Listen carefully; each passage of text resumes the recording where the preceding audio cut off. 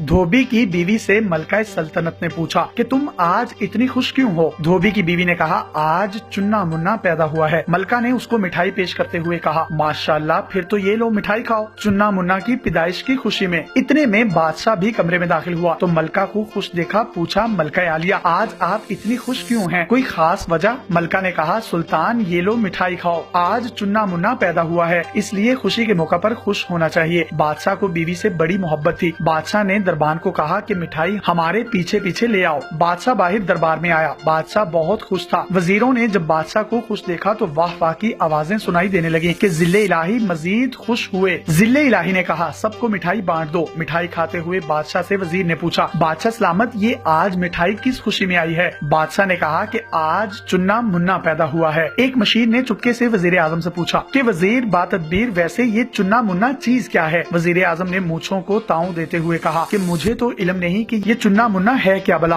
बादशाह से पूछता हूँ। वजीर आजम ने हिम्मत करके पूछा कि बादशाह सलामत, वैसे ये चुन्ना मुन्ना है कौन? बादशाह सलामत थोड़ा सा घबराए और सोचने लगे कि वाकई पहले मालूम तो करना चाहिए कि ये चुन्ना मुन्ना है कौन। बादशाह ने कहा, मुझे तो इल्म नहीं कि ये चुन्ना मुन्ना कौन है। मेरी तो बीवी खुश थी आज। बहुत खुशी की वजह पूछी तो उसने कहा कि आज चुन्ना मुन्ना पैदा हुआ है, इसलिए मैं उसकी खुशी की वजह से खुश हुआ। बादशाह घर आया और बीवी से पूछा, मलका आलिया, ये चुन्ना मुन्ना कौन था जिसकी वजह से आप इतनी खुश थीं और जिसकी वजह से हम खुश हैं? मलका आलिया ने जवाब दिया कि मुझे तो इल्म नहीं कि चुन्ना मुन्ना कौन है। ये तो धोबी की बीवी बड़ी खुश थी कि आज चुन्ना मुन्ना पैदा हुआ है, इसलिए मैं खुश हूँ। मैं भी उसकी खुशी में शरीक हुई। धोबी की बीवी को बुलाया गया और पूछा, बता कि ये चुन्ना मुन्ना कौन है जिसकी वजह से हमने पूरी सल्तनत में मिठाइयाँ बांटी। धोबी की बीवी ने कहा कि चुन्ना मुन्ना हमारी गधी का बच्चा है जो कल पैदा हुआ है। इस वजह से मैं खुश हूँ कि बोझ के लिए एक और गधे के बच्चे का इजाफा हुआ। दोस्तों, यही हाल आजकल हमारे सोशल मीडिया और मीडिया का है। किसी बात की तहकीक, जुस्तजू और उसकी सच्चाई तक नहीं जाना, बस कॉपी पेस्ट और रेटिंग्स के चक्कर में बात को बढ़ा चढ़ाकर पेश करके इज्जतदार लोगों की पगड़ियों को उछालना है। हमें खुद अपना एहतसाब भी करना चाहिए और तस्दीक किए बगैर कोई बात आगे बढ़ानी नहीं चाहिए।